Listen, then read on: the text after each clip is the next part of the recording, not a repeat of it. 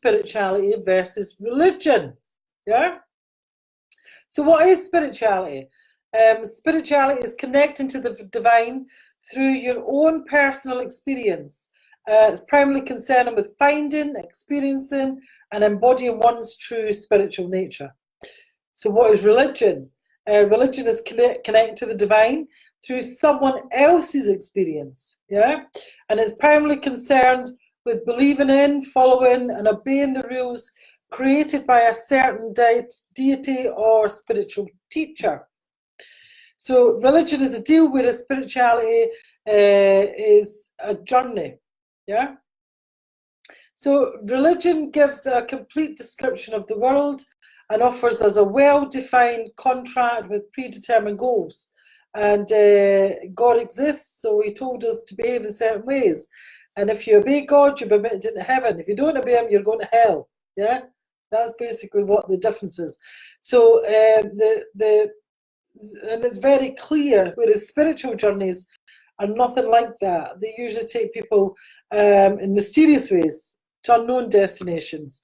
And the question usually begins with a big question of, who am I? What is the meaning of life?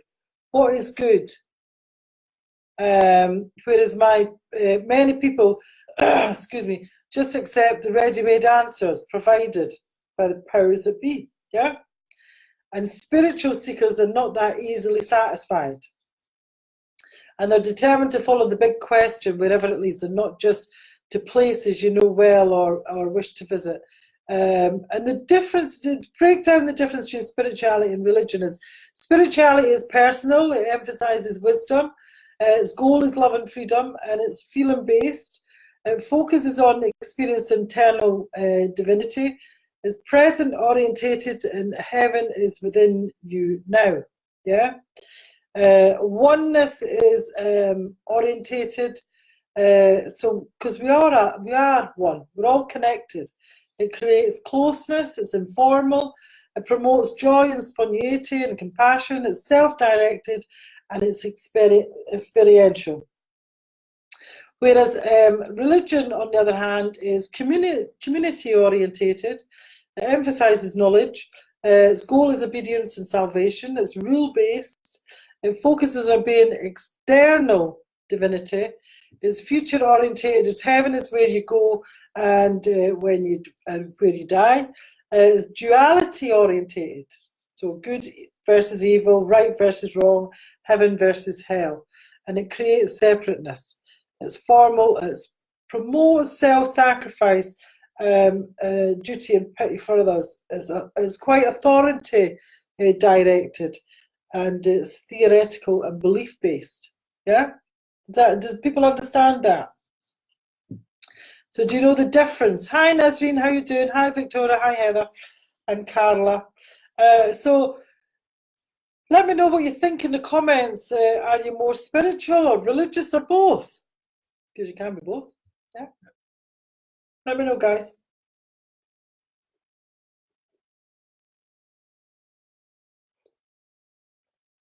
Hi Lizzie, how you doing, darling?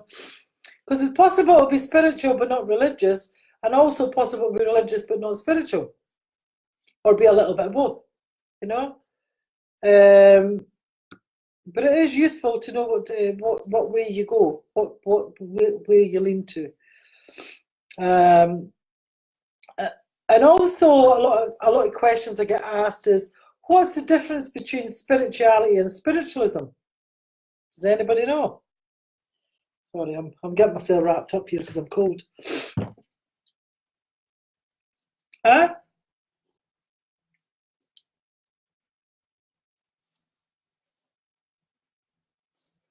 So they sound awfully familiar, spirituality and spiritualism, and can easily be mixed together and mistaken for each other. So spirituality is a way of life in which a person seeks to connect to the true divine or their true nature. Spiritualism, on the other hand, is a movement based on the belief that we can connect with departed souls, people who've died. And spiritualists primarily seek to make contact with the dead and thereby gain knowledge, insight, and even healing through such a method. Yeah. So can spiritualists be spiritual, and can spiritual seekers be spiritualists? Yes, absolutely. Yeah. Because many people benefit from the belief in gaining assistance from the spirits of the dead. And for some, it forms an important part of their life path. And for others, spiritualism has provided hope, emotional relief, acceptance of life and death, and other profound inner beliefs and benefits where nothing else could, you know? But really be cautious with that, because there is a lot of, what was called them, people who say that they do possess the psychic abilities, but they're very good at being able to, what we'll say, reading people's profiles and things like that. You know, they're very good at saying they are that. Yeah, because there is a difference. I've come across quite a lot of frauds in my time, and who think they're possessed, but they don't. So it's really it's a touchy subject. It's a touchy subject. In some senses, spiritualism can become a distraction that actually distances one from the whole point of spirituality, to unite with one's true nature. Yeah. So when guidance is endlessly sought outside ourselves in the form of mediums, spirits, rather than inside ourselves, it can become an obstacle. And particularly if spiritual liberation is the goal of the person's life. Yeah.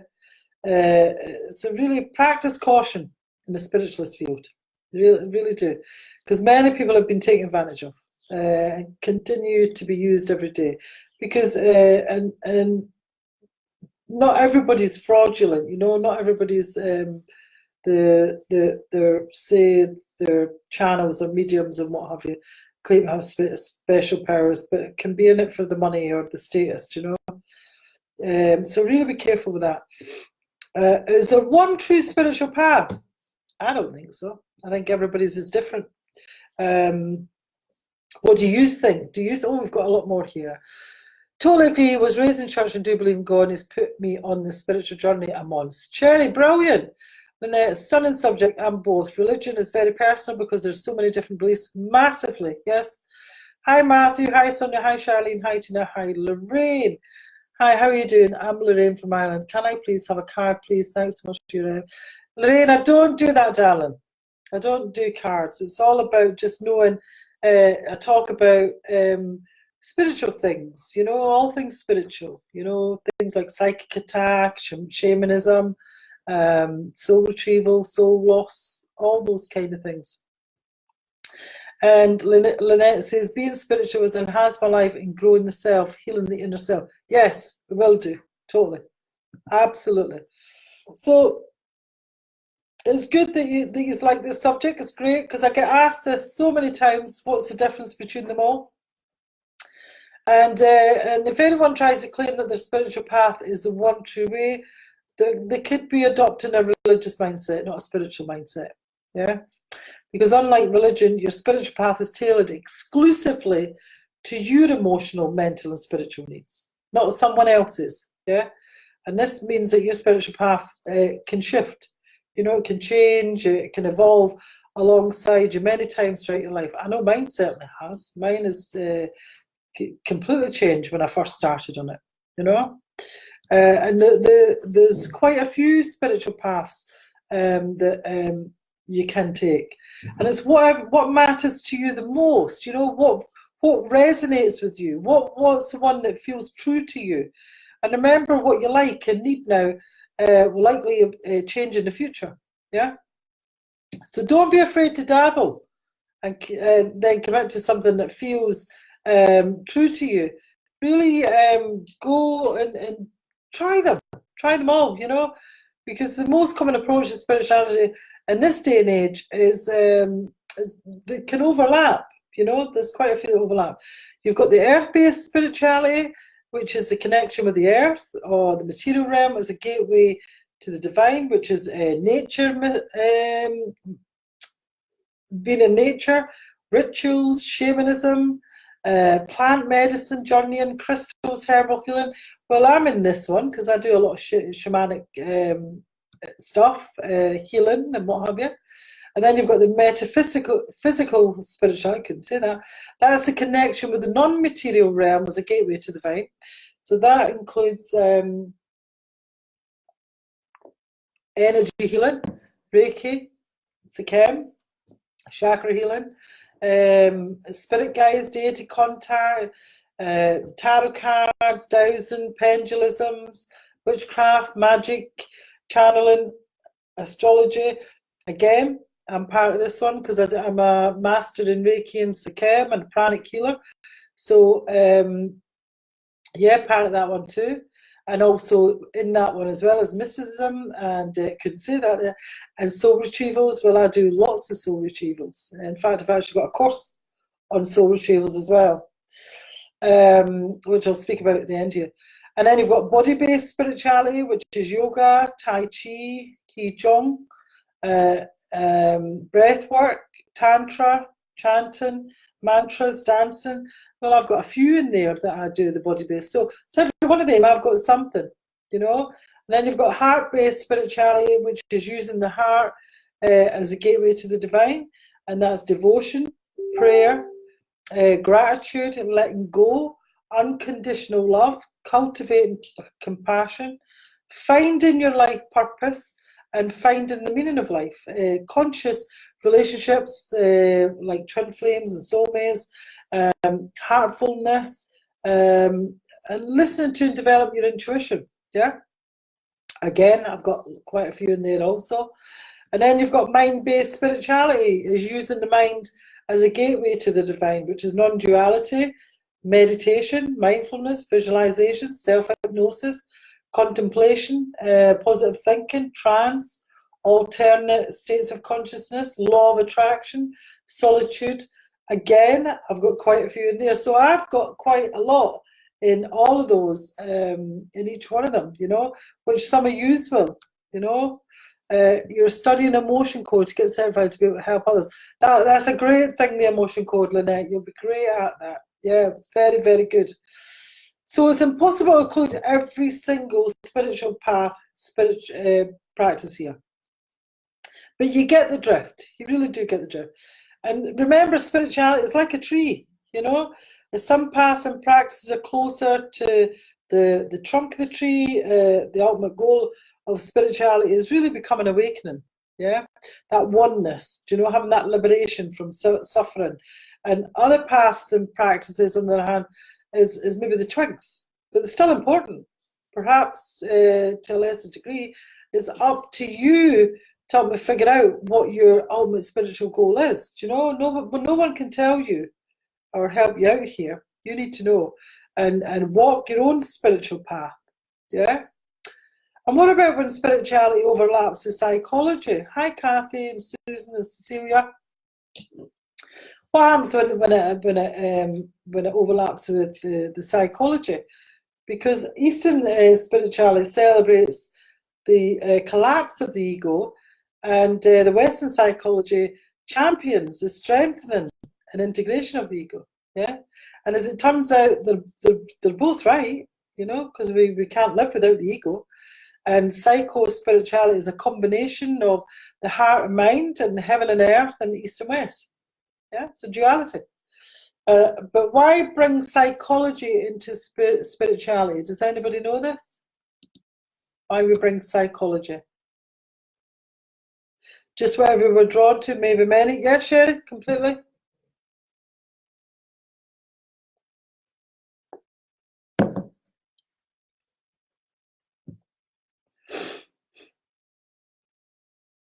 Does anybody know?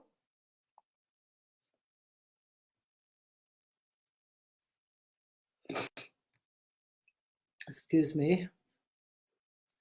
Because spirituality without psychology is really vague, it's ungrounded and disconnected from daily life.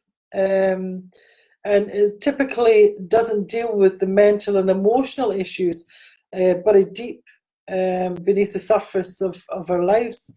Because when we only focus on spirituality, we tend to fall into the trap of spiritual bypassing, Does anybody know what spiritual bypassing is? Because it's using spirituality to avoid your everyday life issues. Yeah, it can cause great harm to ourselves and others. It really can. On the other hand, psychology with spirituality is dry, it's overly theoretical, it's disconnected from the spiritual insight. So working on ourselves and our issues is really, really important. It's really important because if that's only what we focus on, our lives end up feeling pretty empty and dull. Yeah, and if we're interested in walking a spiritual path, I strongly recommend incorporating some kind of psychological work into your practice. Yeah, this could be seen as seeing a therapist every fortnight, or reading self-help books, or whatever the case. Something is better than nothing. It really is. And it's best to flush out the toxins rather than letting them accumulate and fester within your mind and your heart, your energy field. Yeah, because remember, everything goes into your energy field before it comes into the body. Yeah, and you can do those in our practices by journaling, doing automatic writing, doing art, dream work, self-love. The amount of clients I have that come to me that don't have any self-love, unbelievable. They don't feel good enough. Inner child work, the shadow work, the archetype work, and astral travel is very good as well, having that active imagination. That's good. Divine feminine and divine masculine work, merging the two together. Hypnotherapy, including self-hypnosis. I see massive results using hypnotherapy with spiritual work. Really, when you marry the two together, it's deep work, and transformations really work when you marry the two together. And also trauma work, like, you know, that somatic experiencing, body-centered mindfulness, you know. And does everybody get this? Yeah. Hi, Charlotte and Marina, Tammy, Tasha, and Susan. Yes, how you doing, guys? Just let me get a wee drink here, Mum. I'm getting dry here with talking. So, what is a spiritual awakening? Anybody?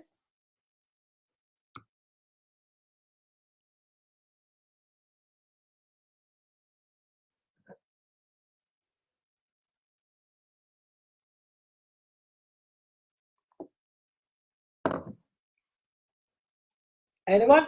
No? Well, it's quite simple. Spiritual awakening is the experience of entering into the spiritual search of oneself, you know?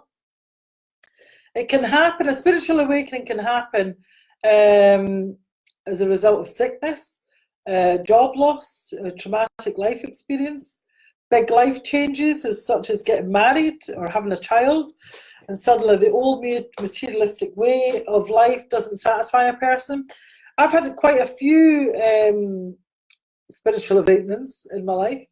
The very first one I had was when I actually did a charity walk to Machu Picchu in Peru, one of the wonders of the world, and I really challenged myself because I did a 5-day Inca trek, and then I went to Lake Titicaca, and something I had never done before many years ago, and basically I completely changed my life when I came back, completely changed my life when I came back from that. And then I had another spiritual awakening when I was on the edge of a cliff, top of a mountain, and it was when it was the big earthquakes, and there's a big what do you call it, orb coming up there as well. It was when in 2015 when there was the big earthquakes in Nepal, in Kathmandu, and I was on the edge of a cliff, 15,000 feet up a mountain, and coming out of a monastery because I was studying for my thesis on meditation. And my life again, the way I spoke to myself completely changed after that. My self-worth completely changed, because I used to really think, think really badly of myself, and my talk to myself was horrendous. You would never speak to anybody else like this.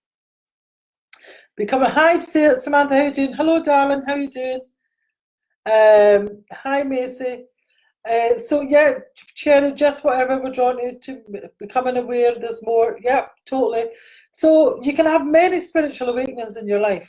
Really, you can really have quite a few. I certainly have another spiritual awakening I had, is I actually have a meditation stone that I go to that's basically, I stay in a beautiful place that's right by the sea, and this is kind of just on a tiny cliff, is what we can call it, a cliff. And all round is just the mountain, the water and the mountains. And I had a spiritual awakening then, which was absolutely, everything just comes more clearer, there's more clarity. And the spiritual awakenings, a soul's cry for freedom, because we're living this life of that no longer serves us, you know. And the longer you hold on to that life, the harder that spiritual awakening is. If you just let go, it's a lot easier for you. So if you've experienced a spiritual awakening, if you come to see through the lies and the illusions of the world deep in your soul, you realize that nothing external has ever and can ever bring you true happiness or fulfillment. Yeah. And when you realize that you crave for something richer, more fulfilling, and something that makes you feel whole again. It really does. Hi, Helen. How are you doing, darling? So, has anybody on here ever had a spiritual awakening? And if so, what was that spiritual awakening that you had? What was it like? What was the symptoms? Was it good? Was it bad?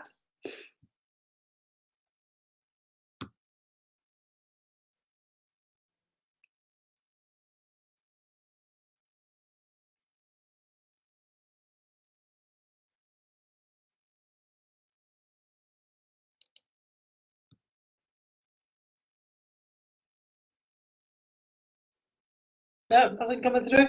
So, and then we've got, from spiritual awakening can become the dark night of the soul. Do you know, the dark night of the soul is the experience of feeling completely and utterly disconnected from the divine, from yourself actually. It has a feeling of isolation, a spiritual abandonment, which can really come alongside spiritual awakening, because you feel lost. You've lost contact with spirit, or naturally as a result of a life experience. Yeah. When my brother died, and it's been good. Yeah, totally. That can happen, a spiritual awakening when someone dies. So the dark night of the soul is a period of when you feel utter spiritual dissolution, disconnection, and that emptiness, do you know, at your core, in which one you feel really totally separated. Yeah.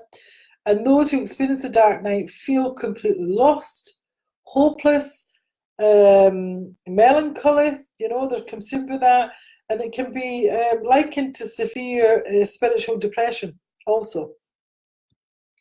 So it wasn't a moment, it's been a process. Yeah, it's always a process. Yeah. When I had one of my spiritual awakenings, it was like 1 minute I was this, the next minute I was that. It was really that thing. And other ones, it was quite a long process. Yeah.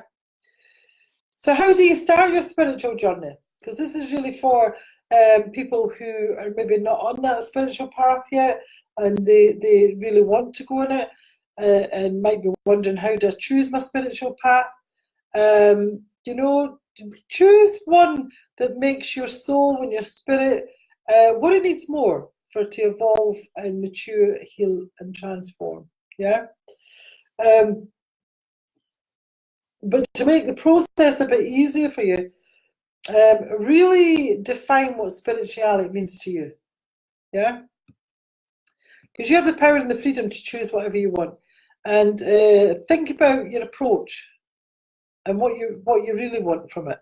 You know, ask yourself, what What is it I want from it? And choose a handful of spiritual paths and practices. Now, as I say, there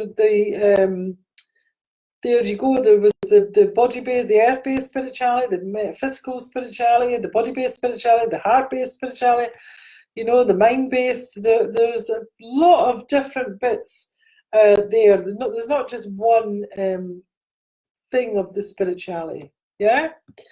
So really, and it's really a good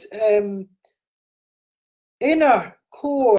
When you look at that inner core feeling, and that shadow of yourself falls away, and you really step into yourself, the true you.